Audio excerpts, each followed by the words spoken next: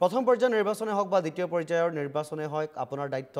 অনুৰূপ দেখিবলৈ পোৱা গৈছে কিয়নো নগাঁও জিলাখনৰ প্ৰথম পৰ্যায়তো নিৰ্বাচনত অন্তৰ্ভুক্ত হৈছিল কিছু ঠাই আৰু সমান্তৰালভাৱে দ্বিতীয় পৰ্যায়তো নগাঁৱৰ বৃহৎ অংশ অন্তৰ্ভুক্ত হৈছে গতিকে দ্বিতীয় পৰ্যায়ৰ নিৰ্বাচন আজি প্ৰচাৰৰ অন্তিমটো দিন মুখ্যমন্ত্ৰীৰ কাৰ্যসূচী আছে মাৰাথন প্ৰচাৰ চলাব কেনে প্ৰস্তুতি তপন হয় নিশ্চিত ৰূপত পাৰ্থ আজি দ্বিতীয় পৰ্যায়ৰ নিৰ্বাচনৰ যেহেতু প্ৰচাৰৰ অন্তিমটো দিন গতিকে অন্তিমটো দিনত প্ৰতিটো ৰাজনৈতিক দলে তেওঁলোকৰ শক্তি প্ৰদৰ্শনৰ বাবে বিশেষ প্ৰচেষ্টা হাতত লোৱা পৰিলক্ষিত হৈছে বিশেষকৈ মুখ্যমন্ত্ৰীগৰাকী আপুনি ইতিমধ্যে উল্লেখ কৰিছে নগাঁও লোকসভা সমষ্টিৰ অন্তৰ্গত যি লাহৰীঘাট আছে লাহৰীঘাটত এখন বিশাল নিৰ্বাচনী প্ৰচাৰ সভাত মুখ্যমন্ত্ৰীগৰাকীয়ে অংশগ্ৰহণ কৰিব আৰু সমান্তৰালভাৱে সেই সভাতে পীযুষ হাজৰিকাকে প্ৰমুখ কৰি কেইবাজনো বিজেপিৰ নেতা উপস্থিত থাকিব আৰু পীযুষ হাজৰিকাও দেখিবলৈ পোৱা গৈছে নগাঁও লোকসভা সমষ্টিৰ বাহৰ পাতি তেওঁ ব্যাপক হাৰত মাৰাথন নিৰ্বাচনী প্ৰচাৰ চলাই আছে আৰু সমান্তৰালকৈ কংগ্ৰেছৰো এখন বিশাল নিৰ্বাচনী সভা আছে লাহৰীঘাটত যিখনত ভূপেন বৰা ৰকিবুল হুছেইন আৰু তিনি গগৈ তাত উপস্থিত থকাৰ কথা আৰু ইয়াৰ উপৰিও নগাঁৱত কংগ্ৰেছে আজি এক পদযাত্ৰা উলিয়াব এক ৰেলী উলিয়াব আৰু সমান্তৰালভাৱে AIDFৰ প্ৰাৰ্থী আমিনুল ইছলামৰ হৈ পেলাই জাগিৰোডত বদৰুদ্দিন আজমলে নিৰ্বাচনী প্ৰচাৰ চলাব আৰু বদৰুদ্দিন আজমলৰ নিৰ্বাচনী প্ৰচাৰৰ সমান্তৰালকৈ জাগিৰোডত পীযুষ হাজৰিকাও নিৰ্বাচনী প্ৰচাৰ চলাব বিজেপি প্ৰাৰ্থী সুৰেশ বৰাৰ হৈ আৰু প্ৰদ্যুৎ বৰদলৈ হৈ আজি ৰকিবুল হুছেইন ভূপেন বৰা লুৰিণজ্যোতি গগৈ গৌৰৱ গগৈ অখিল গগৈ তেওঁলোকেও নিৰ্বাচনী প্ৰচাৰ চলাব নগাঁও লোকসভা সমষ্টিত এক কথাত ক'বলৈ গ'লে নিৰ্বাচনী প্ৰচাৰৰ দ্বিতীয় পৰ্যায়ৰ নিৰ্বাচনৰ আজি অন্তিমটো দিনত প্ৰতিটো ৰাজনৈতিক দলে নিজৰ শক্তি প্ৰদৰ্শনৰ বাবে সকলো ধৰণৰ প্ৰচেষ্টা হাতত লোৱা পৰিলক্ষিত হৈছিল আৰু কালি আমি দেখুৱাইছিলোঁ নগাঁও লোকসভা সমষ্টিৰ অন্তৰ্গত যি নগাঁও চহৰ আছে সেই নগাঁও চহৰত সন্ধিয়া ভাগত পীযুষ হাজৰিকা মন্ত্ৰী পীযুষ হাজৰিকাৰ নেতৃত্বত সুৰেশ বৰাৰ হৈ এক বিশাল ৰেলী বাহিৰ কৰিছিল আৰু সেই ৰেলীৰ পিছত আজি পুনৰবাৰ কংগ্ৰেছে নিজৰ শক্তি প্ৰদৰ্শনৰ বাবে দুপৰীয়া 1 বজাত নগাঁৱত এক ৰেলী উলিয়াব আৰু কেইবাখনো নিৰ্বাচনী সভাত তেওঁলোকে অংশগ্ৰহণ কৰিব যি কংগ্ৰেছ প্ৰাৰ্থী প্ৰদ্যুৎ বৰদলৈ হৈ সামগুৰিতো নিৰ্বাচনী প্ৰচাৰ চলাব ৰকিবুল হুছেইন গৌৰৱ গগৈকে প্ৰমুখ কৰি তিনি গগৈয়ে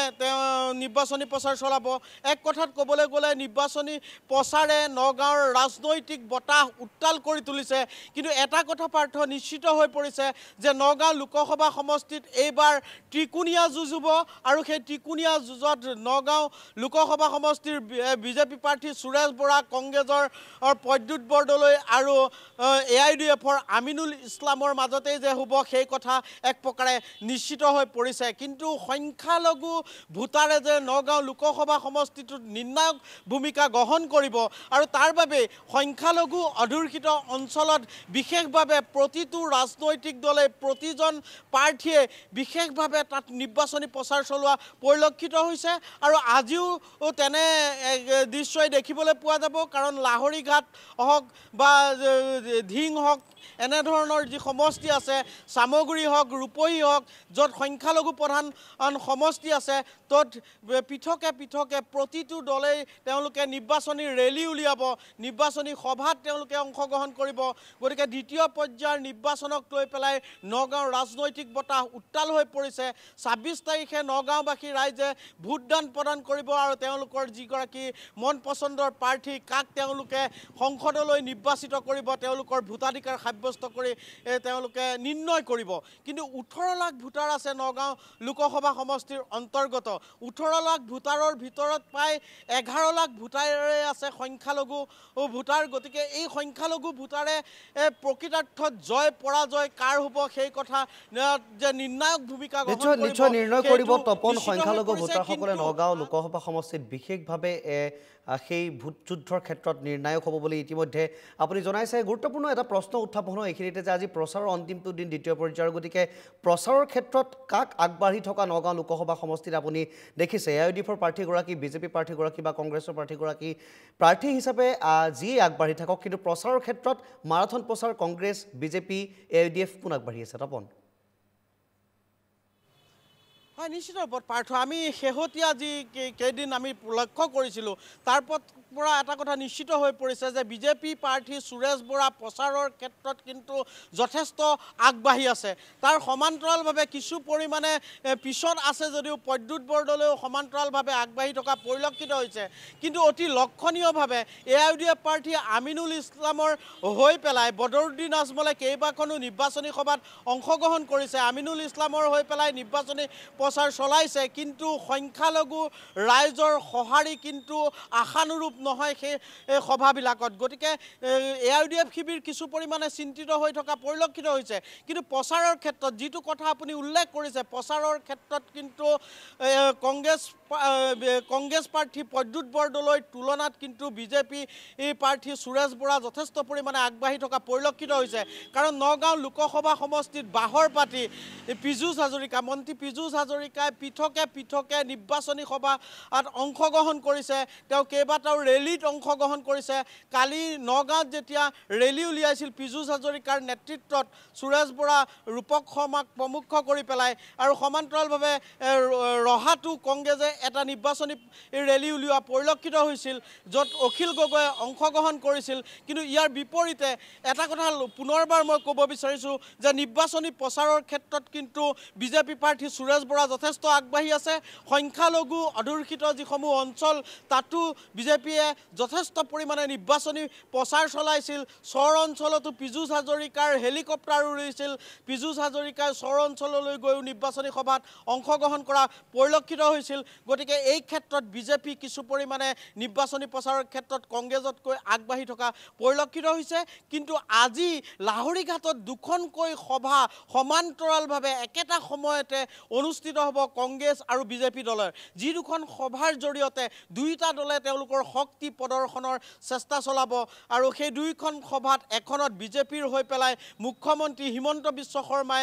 নিৰ্বাচনী প্ৰচাৰ চলাব আৰু আনখনত দেখিবলৈ পোৱা গৈছে ভূপেন বৰা ৰকিবুল হুছেইন আৰু তিনি গগৈ উপস্থিত থাকিব প্ৰদ্যুৎ বৰদলৈ হৈ তেওঁলোকে নিৰ্বাচনী প্ৰচাৰ চলাব আৰু তাৰ সমান্তৰালকৈ জাগিৰোডত আন এখন সভাত য'ত আমিনুল ইছলামৰ হৈ পেলাই বদৰুদ্দিন আজমলে নিৰ্বাচনী প্ৰচাৰ চলাব গতিকে আজি নিৰ্বাচনৰ প্ৰচাৰৰ যি অন্তিমটো দিন দ্বিতীয় পৰ্যায়ৰ নিৰ্বাচনৰ সেই অন্তিমটো দিনত প্ৰতিটো দলে প্ৰতিটো সমষ্টিতে পৃথকে তেওঁলোকৰ শক্তি প্ৰদৰ্শনৰ বাবে বিশেষ প্ৰচেষ্টা হাতত লোৱা পৰিলক্ষিত হৈছে প্ৰতিটো সমষ্টিতে সৰুকৈ হ'লেও তেওঁলোকে ৰেলী উলিওৱাৰ বাবে প্ৰচেষ্টা হাতত লোৱা পৰিলক্ষিত হৈছে কিন্তু লাহৰীঘাটৰ দুইখন সভাই পৃথকে অনুষ্ঠিত হ'বলগীয়া কংগ্ৰেছ বিজেপিৰ সভাই সকলোৰে দৃষ্টি আকৰ্ষণ কৰিব সেই কথা এক প্ৰকাৰে নিশ্চিত হৈ পৰিছে পাৰ্থ নগাঁৱৰ ৰাজনৈতিক বতাহ এতিয়া উত্তাল হৈ পৰিছে ২৬ তাৰিখে ভোটগ্ৰহণ আছে গতিকে সেই ভোটগ্ৰহণতে ১৮ লাখ নগাঁও লোকসভা সমষ্টিৰ ভোটাৰে নিৰ্ণয় কৰিব নগাঁও লোকসভা সমষ্টিৰ পৰা তেওঁলোকে কাক সংসদলৈ তেওঁলোকে নিৰ্বাচিত কৰিব কিন্তু নগাঁও লোকসভা সমষ্টি পুনৰ নিৰ্ধাৰণৰ পিছত সম্পূৰ্ণ যি নগাঁও লোকসভা সমষ্টিৰ আন্তঃগাঁথনি সলনি হৈ পৰিছে এই আন্তঃগাঁথনিৰ জৰিয়তে মই পুনৰ ক'ব বিচাৰিছোঁ যে সংখ্যালঘু ভোটাৰ যিহেতু গৰিষ্ঠ সংখ্যক আছে গতিকে সংখ্যালঘু ভোটাৰেই কিন্তু নগাঁও লোকসভা সমষ্টিত নিৰ্ণায়ক ভূমিকা গ্ৰহণ কৰিব গতিকে আজি প্ৰচাৰৰ অন্তিমটো দিনতো সংখ্যালঘু ভোটাৰক আকৰ্ষিত কৰিবলৈ সংখ্যালঘু ভোটাৰক নিজৰ পক্ষত নিবৰ কাৰণে প্ৰতিটো ৰাজনৈতিক দলে ব্যাপক নিৰ্বাচনী প্ৰচাৰ চলোৱাৰ প্ৰচেষ্টা হাতত লোৱা পৰিলক্ষিত হৈছে নিশ্চয় ধন্যবাদ জনাইছোঁ তপন এই মুহূৰ্তত আপোনাক আৰু প্ৰচাৰৰ অন্তিমটো দিন দেখিবলৈ পোৱা গৈছে সংখ্যালঘু ভোটাৰৰ আকৃষ্টৰ বাবে এতিয়া এখন যুঁজ চলিছে নগাঁৱত সমান্তৰালভাৱে ২-৩টা ৰাজনৈতিক দলে সংখ্যালঘু ভোটাৰক আকৃষ্ট কৰিবলৈ যৎপৰোনাস্তি চেষ্টা কৰা পৰিলক্ষিত হৈছে গতিকে শুকুৰবাৰে দ্বিতীয় পৰ্যায়ৰ যি ভোটগ্ৰহণ সেই ভোটগ্ৰহণত পৰিস্ফুট হ'ব যে সংখ্যালঘু ৰাইজ প্ৰকৃততে নগাঁৱত কাৰ পক্ষত থাকে